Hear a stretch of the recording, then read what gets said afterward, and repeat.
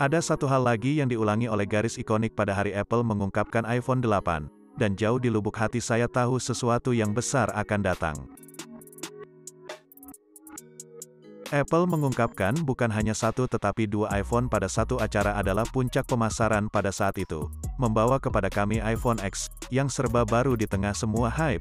Ada satu pertanyaan yang terlintas di benak saya pada saat itu. Kemana perginya iPhone 9? Bergabung dengan saya saat saya menyelidiki sejarah Apple tentang mengapa mereka memutuskan untuk melewatkan iPhone 9. Izinkan saya menghilangkan kesalahpahaman. Sebelumnya mari kita perjelas kesalahpahaman umum, Apple tidak melewatkan iPhone 9 karena tahayul. Jika itu masalahnya maka mereka juga tidak akan merilis iPhone 13 yang terjual seperti kue panas.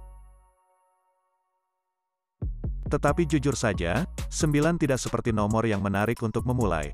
Tetapi mengapa Apple melewatkannya? Semua yang pernah dilakukan Apple telah berdampak signifikan pada penjualannya, dan sulit untuk percaya jika itu tidak terjadi di sini. Jadi saya menghabiskan beberapa hari terakhir mempelajari bagaimana Apple mempertahankan pertumbuhannya sebagai perusahaan, dan strategi yang telah memandu setiap langkah yang telah mereka ambil. Jadi, saya dapat menampilkan video ini untuk Anda. Sedikit sejarah dulu, izinkan saya membawa Anda ke tahun 2005, ketika Steve Jobs mengungkapkan iPod Nano pertama dari saku celana jeansnya. Perangkat ramping yang langsung masuk ke saku mini kita. Because this is the new iPod Nano. Kantong kecil itu tidak banyak berguna sampai saat itu, tetapi Steve Jobs sang legenda mengubahnya menjadi materi marketing luar biasa. Maju cepat ke 2007, ketika iPhone pertama terungkap, iPod telepon dan komunikator internet.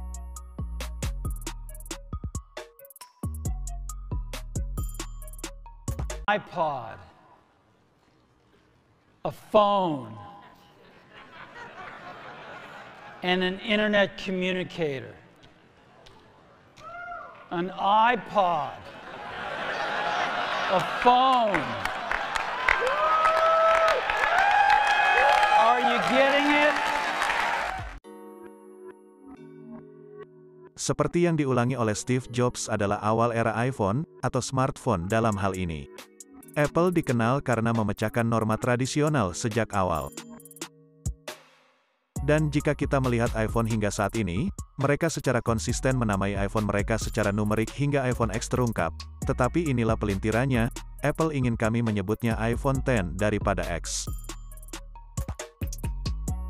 Jika itu masalahnya, mengapa mereka menamainya X? Saya menanyakan pertanyaan yang sama ketika mereka menamai pemutar media digital Apple TV, padahal pada dasarnya hanya pemutar media digital lain. Apple ingin pelanggan mereka merasa seolah-olah mereka membeli produk individual yang terdengar jauh lebih keren, dan bukan hanya sesuatu yang membantu kami terhubung ke TV kami, dan bukan hanya Apple TV. Sebenarnya, setiap produk mereka diberi nama dengan cerdas untuk memberikan sentuhan bermerek seperti pensil Apple, iPod, iMac, dan terakhir seri MacBook yang lebih dikenal sebagai Mac saja. Ketika ini pertama kali dirilis, saya bingung tentang bagaimana komputer ada hubungannya dengan Mac. Yang hingga saat itu memunculkan gambar burger dalam pikiran saya, tetapi tidak lebih setelah Apple muncul. Dan meskipun itu membingungkan saya, hal itu membuat saya semakin penasaran untuk ingin mendapatkan produk yang menonjol dari yang lain, dan itu persis apa yang mereka lakukan dengan iPhone X. Apple membuat langkah yang sangat berani untuk menunjukkan kepada dunia bahwa itu membawa ponsel yang tidak biasa. Mengapa mereka melewatkan iPhone 9? Sekarang setelah Anda mengerti mengapa Apple menamai produk mereka sedikit berbeda, itu membuatnya lebih mudah untuk saya menjelaskan mengapa mereka melewatkan nomor 9. 2017 akan tetap menjadi tahun yang signifikan bagi Apple karena dua alasan. Pertama itu adalah peringatan 10 tahun peluncuran iPhone pertama. Saya harap Anda mengerti dengan ini. Kedua, iPhone X adalah peningkatan besar-besaran dari versi sebelumnya, dan mengalahkan semua pabrikan lain, tidak hanya dalam hal teknologi tetapi dalam hal harga juga. Tentu saja tidak ada yang baru dari Apple, tetapi ini adalah pertama kalinya iPhone dihargai $1.000 saat dirilis. iPhone X melewati iPhone 9 yang diharapkan adalah pernyataan yang berani. Itu adalah pernyataan bahwa iPhone baru ini bukan hanya pembaruan rutin Anda yang datang setiap tahun, tetapi peningkatan yang signifikan ke teknologi terbaik yang bisa Anda dapatkan di tangan Anda tepat waktu. Apple memastikan bahwa orang-orang memahami bahwa rilis iPhone 2017 itu penting.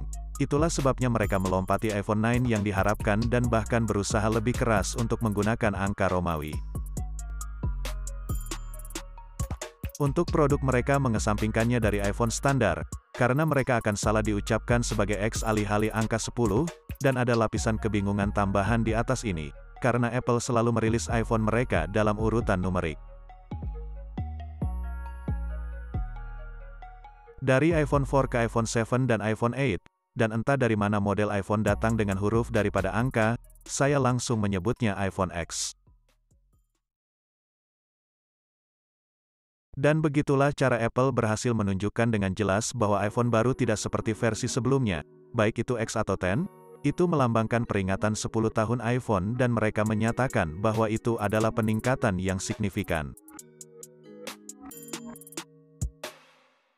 Apakah akan setengah berhasil jika iPhone model baru telah diberi nama iPhone 9, bukan X dan begitulah kecemerlangan pemasaran, dan itulah cara Apple membuat orang di seluruh dunia percaya bahwa mereka mendapatkan sesuatu yang sangat bagus. Saat saya mulai menggali lebih dalam tentang hal ini, saya menemukan bahwa kebanyakan orang masih berharap Apple untuk membawa iPhone 9, bahkan setelah rilis iPhone X dan 11. Berita terbuka bahwa iPhone anggaran baru yang seharusnya dirilis pada tahun 2020 mungkin model yang hilang itu.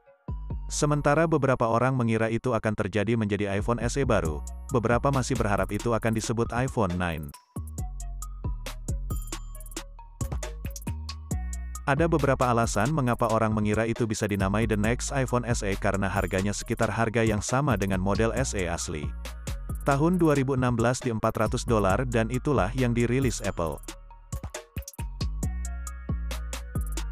Banyak orang terkejut bahwa iPhone menamakannya iPhone SE, alih-alih mengisi celah yang mereka tinggalkan di seri iPhone dengan langsung melompat ke iPhone X. Itu adalah kesempatan yang sangat baik bagi Apple untuk meratakan celah. Tetapi jika Anda telah mendengarkan dengan seksama sampai sekarang, Anda akan mengerti mengapa Apple tidak mengejar iPhone 9.